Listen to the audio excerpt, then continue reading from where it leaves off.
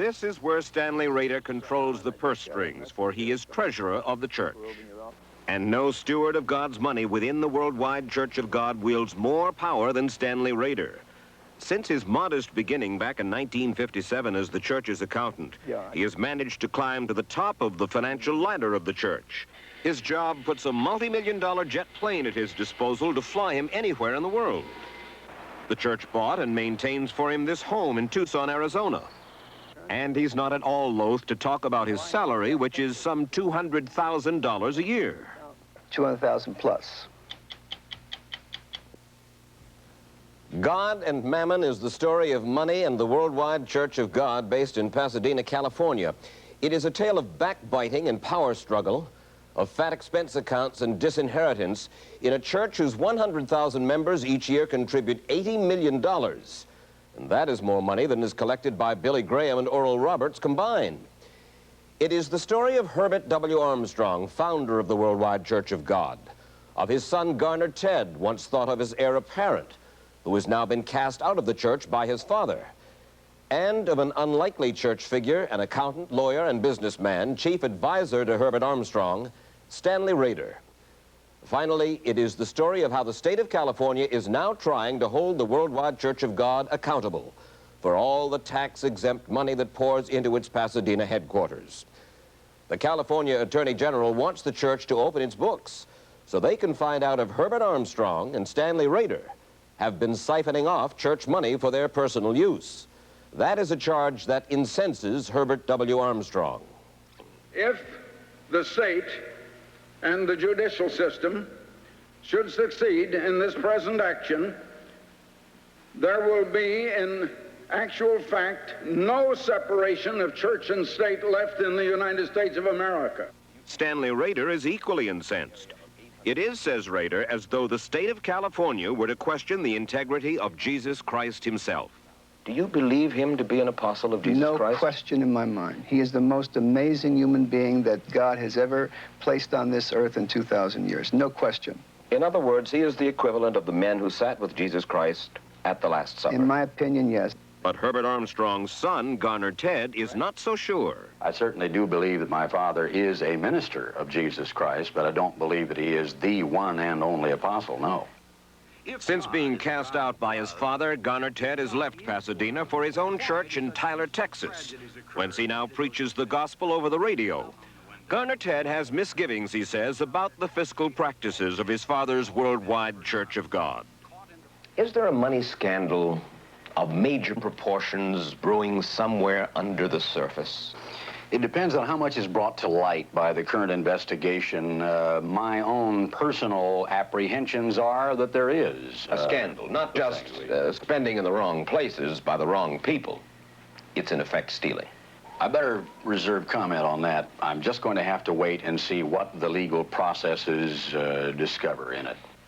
Well, 60 Minutes set out to find out what it could about the finances of the Worldwide Church of God. We couldn't talk to Herbert W. Armstrong. Stanley Rader wouldn't let us. Nor will he let the state of California look at the church's books. The matter is pending now in the California courts. But Mr. Rader did consent to talk to us, told us he would answer any question that we cared to ask. And first off, he took us on a tour of the church headquarters in Pasadena. That auditorium you couldn't reproduce today for $40 million. These buildings are testimony to the faith and the money the 100,000 followers of Herbert Armstrong have invested in him over the years. Here on 40 green acres sits the spiritual and administrative home of his church. Here, too, is his Ambassador College that he established nearly 30 years ago to train his followers for the work, as he calls it.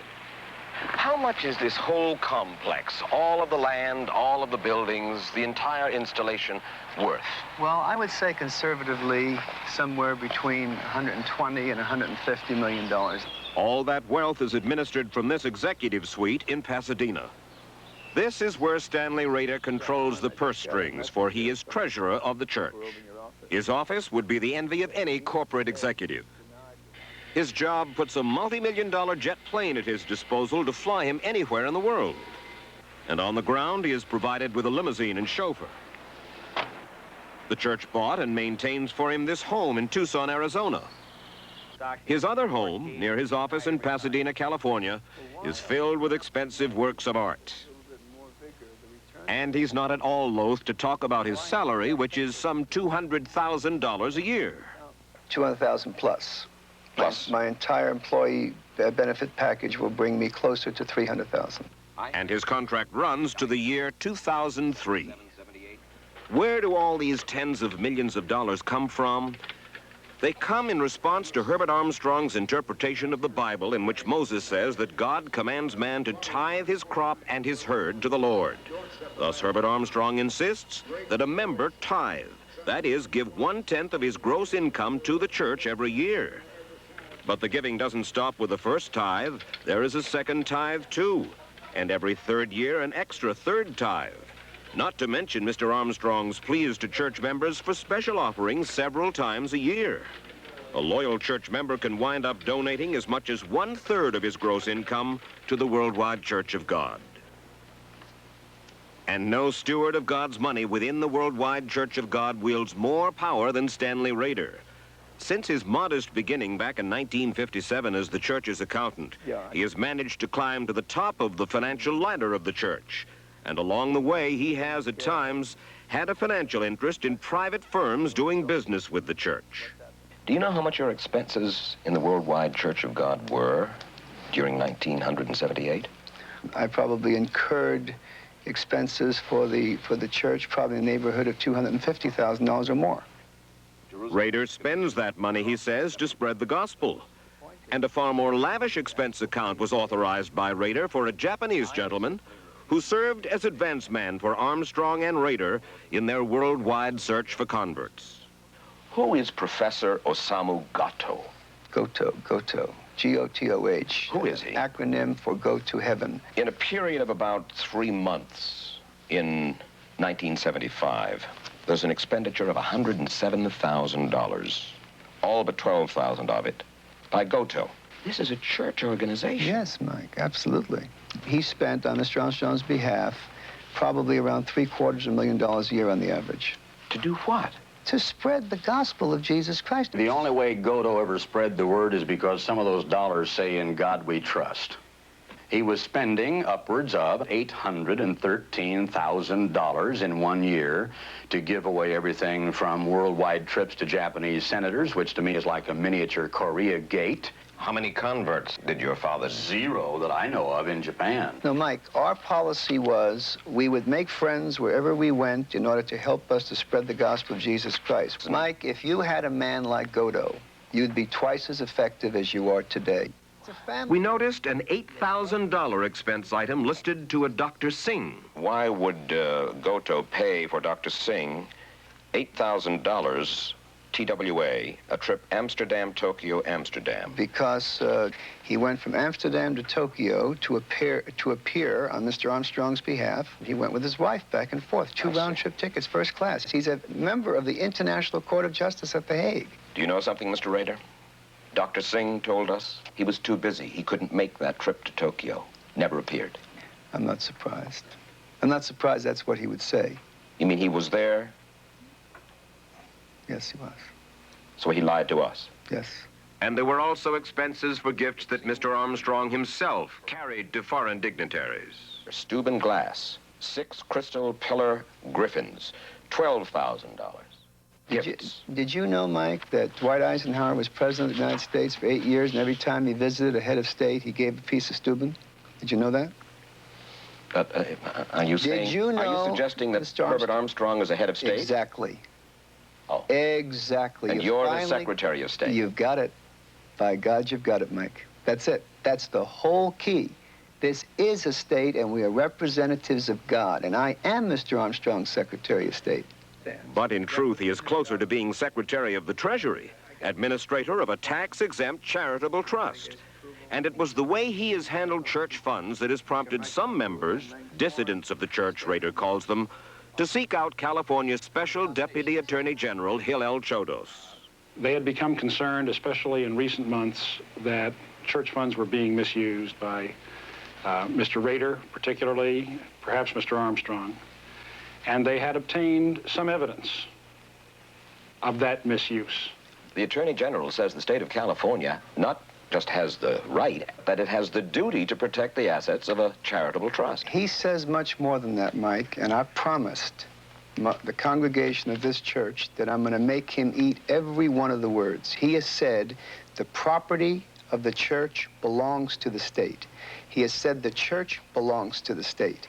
He has said the church has no rights, the brethren have no rights, the church doesn't even have a right to defend itself. And I promise you, Mike, and I promise your audience, he's going to eat every word. Every one of them. It was not only Stanley Rader and Herbert Armstrong and Professor Goto who spent the church's money extravagantly. Garner Ted admits that he did too before he was cast out. It's awfully hard for me to avoid being painted with the same brush, and I do have a certain degree of culpability in the past because, after all, I was part of it. You were open enough with Garner Ted Armstrong to offer him what was, in effect, a $50,000 a year contract of what seems on the face of it to be hush money. Oh, no. If he would agree never to release, divulge, disclose, make available, or in any other manner make known any such information or documentation in perpetuity which you have within your knowledge, possession, custody, or control, Exactly. etc., etc. Exactly. Sounds like $50,000 a year worth of hush money. Well, you can call it hush money if you want to. I said to keep his bad mouth shut. I knew the amounts of money going for the overseas trips. I knew the kind of money Goto was spending. I knew the kind of money that Rader was spending. I knew about his Beverly Hills home. I knew about the leasing corporation, Gateway Publishing, worldwide advertising, on and on and on it went. And practically everywhere you look, if the church has business that is performing or bills that it's paying, well, somewhere Rader is involved. How can this be? Why should it be? And Attorney Chodos would like answers, too. For several months, he's been trying to get a close-up look at the church's financial records. Okay. But Stanley Rader, also an attorney, has resisted by every legal means. He claims that what the state of California is trying to do violates constitutional guarantees of freedom of religion.